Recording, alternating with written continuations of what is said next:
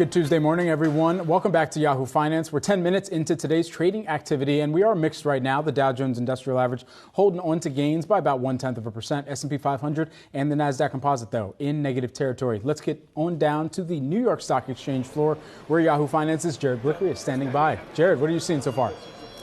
Well, kind of a ho-hum day, not a lot of action in the early going, so I thought I'd take a broader look on the Wi-Fi Interactive, only noting that the Russell 2000 is now down about 0.5%, not even that. But let's get straight to the action. Now, S&P 500 made a record high. Its last record high was on the very first day of the year, so kind of an unusual circumstance, but that's why this year-to-date chart that we're looking at is very important here. If you take the high here and you take the low, and you take the 50%, that is a halfway back mark that it has traversed. It cleared that a few days ago. And Sam Stovall of CFRA was out with an interesting analysis this morning saying that in the post-World War II period, every time the S&P 500 has recovered at least half of its losses, the lows are in. And that could be the case. And I went back and I checked, even going back to the 1930s. However, there is a caveat that going forward, it might be a year, it might be 2 years before we see record highs again. So it gets back to one of my favorite sayings from Brian Shannon, founder of Alpha Trends, a friend of the show.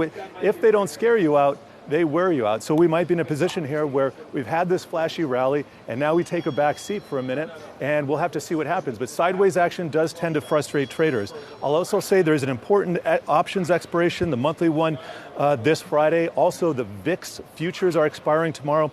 There are a lot of technical considerations here, but just look at this year-to-date chart of the VIX. We are right back down to potential support. That is where we have seen the market turn before.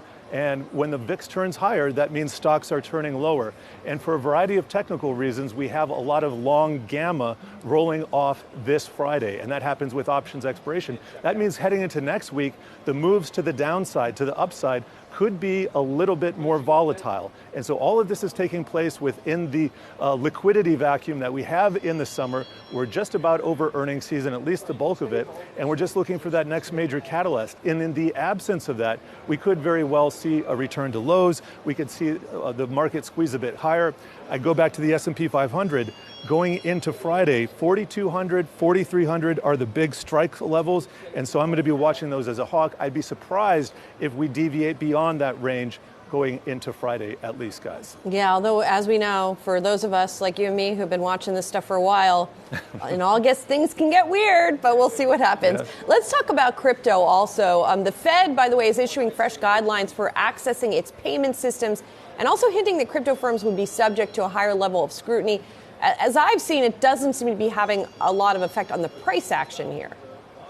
I'm not seeing it affect the price action that much either. We have Bitcoin around 24, 25,000, big level that it has to clear technically, but I think this is a big step for crypto in the US. I'm not saying this is the DeFi dream here, because this is kind of the antithesis of it. If you want to sell securities in the US, if you want to pay interest on these accounts, if you want to use the Fed system to transfer trillions of dollars that's very efficient, all right, you're going to have to become registered. You're going to have to be subject to a lot of oversight, and that's what we're seeing here. This is probably long-term going to create some kind of regulatory arbitrage where we have actual DeFi movements overseas. But here in the US, if you want to access the Fed's payment system, you're going to have to be registered as such. Now, this doesn't mean that they're going to be given access to the Fed liquidity facilities. You have to be a bank in order to do that, like Goldman Sachs, JP Morgan.